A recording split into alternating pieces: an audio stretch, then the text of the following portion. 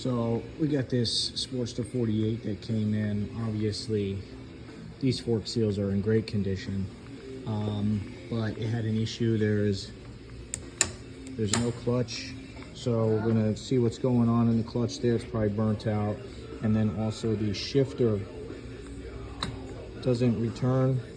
It's got some issues going on there, so we're gonna check it out, see what's going on with it. So we got the cover off, and we're just gonna take a look in there. And when you pull the clutch, you can see behind the actuator,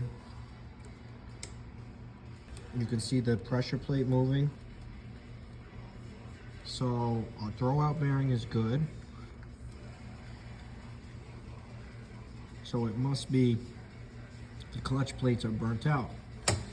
One other way you can check this, once you have the derby cover off, you just gotta get in there and give it the old smell test.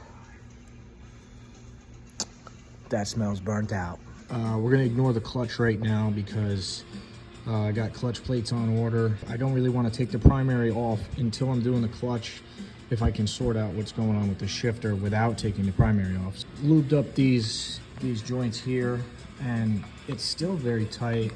It's hard for me to tell exactly if it's something in the shifter inside or if it's something with this assembly right here. So to isolate it, I'm gonna release this so we're focusing on just the front.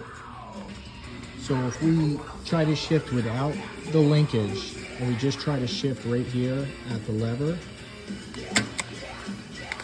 it goes back.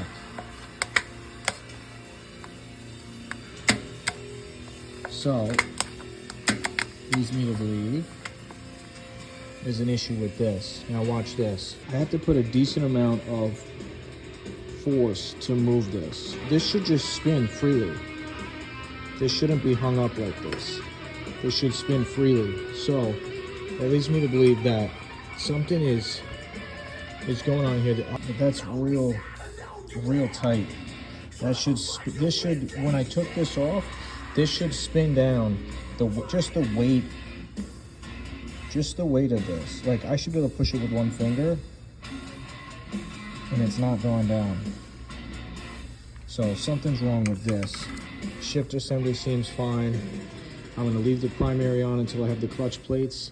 We're gonna see what's going on here.